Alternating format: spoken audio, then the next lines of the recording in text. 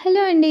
Evening స్నాక్స్‌కి చాలా ఈజీగా, సింపుల్‌గా ప్రిపేర్ చేసుకునేలాగా నేను చూపించబోతున్నాననమాట. సో, చాలా ఈజీగా పిల్లలకైతే బాగా నచ్చుతాయన్నమాట. అలానే క్విక్‌గా కూడా చేసేసుకోవచ్చు. సో, ఇప్పుడైతే ఒక ప్యాన్‌లో కొంచెం పాలు పోసేసుకొని కాగిపోయిన తర్వాత ఒక్క స్పూన్ ఆటా గాని, మైదా గాని యాడ్ చేసేసుకొని ఉండలు లేకుండా కలుపుకోవాలండి. కానీ నేనైతే ఆటానే ప్రిఫర్ చేస్తాను. సో, ఇలాగ స్మూత్ పేస్ట్ లాగా మనం కలుపుకొని ఉంచుకోవాలి. సో, ఇలాగ స్మూత్ పేస్ట్ లాగా మనం కలుపుకున్న తర్వాత నేను ఇక్కడ కార్న్‌ని యాడ్ చేసేసుకుంటున్నాను అండి. సో, ఇలాగ కార్న్‌ని మీరు బాయిల్ చేసుకొని ఒక 2 మినిట్స్ పాటు బాయిల్ చేసేసుకొని యాడ్ చేసేసుకోవచ్చు. అలానే దీనిలో ఏంటంటే కొన్ని హెర్బ్స్‌ని యాడ్ చేసేసుకుంటున్నాను అనమాట. అలానే దానిలో ఒక చిటికెడు సాల్ట్ అండి, ఎక్కువ సాల్ట్‌ని యాడ్ చేయొద్దు. ఇలాగ చిటికెడు సాల్ట్ యాడ్ చేసేసుకుంటున్నాను. అండ్ ఇవి పిల్లల కోసం చేస్తున్నాను కాబట్టి నేను పెప్పర్ కానీ, కారం కానీ ఏమీ యాడ్ చేయలేదు. సో, మీకు ఇంట్రెస్ట్ ఉంటే కొంచెం పెప్పర్ కానీ, లేదంటే చిల్లీ ఫ్లేక్స్ కానీ యాడ్ చేసేసుకొని ఒక 2 నిమిషాలు కలుపుకొని పక్కన పెట్టేసేసుకోవాలి.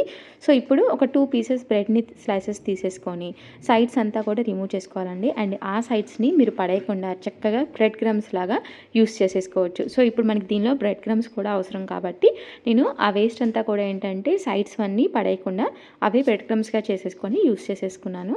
సో, మనం ముందుగా ప్రిపేర్ చేసేసుకున్న ఈ స్టఫ్‌ని కొంచెం దాని మీద పెట్టేసేసుకొని ఇలాగా 4 సైడ్స్ కూడా ఏంటంటే కొంచెం కార్న్ ఫ్లోర్‌ని వాటర్‌లో కలిపేసేసి లైట్‌గా చాలా పల్చగా కలిపేసేసి ఇలాగ 4 సైడ్స్ మొత్తం ఇలా పెట్టేసేసేయండి.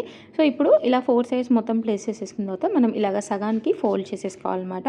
సో, చక్కగా ఆ బ్యాటర్ లోపల ఉన్నది మన ఏదైతే స్టఫ్ ఉందో అది బయటికి రాకుండా మొత్తం ఇలా క్లోజ్ చేసేసుకొని సో, ఏదైతే కార్న్ ఫ్లోర్ పేస్ట్ అని చెప్పేసాను కదా! సో, దానిలో ఒక్కసారి జస్ట్ అలా డిప్ చేసేసేసి మనం ముందుగా ప్రిపేర్ చేసుకున్న బ్రెడ్ క్రమ్స్‌లోకి ఇది బాగా కోట్ అయ్యేలాగా చేసేసుకోవాలండి. సో, ఇలాగా బ్రెడ్ క్రమ్స్‌ని బాగా కోట్ చేసేసుకున్న తర్వాత ఇప్పుడు దీన్ని మనం ఒక పక్కన ఉంచేసేసుకోవాలి.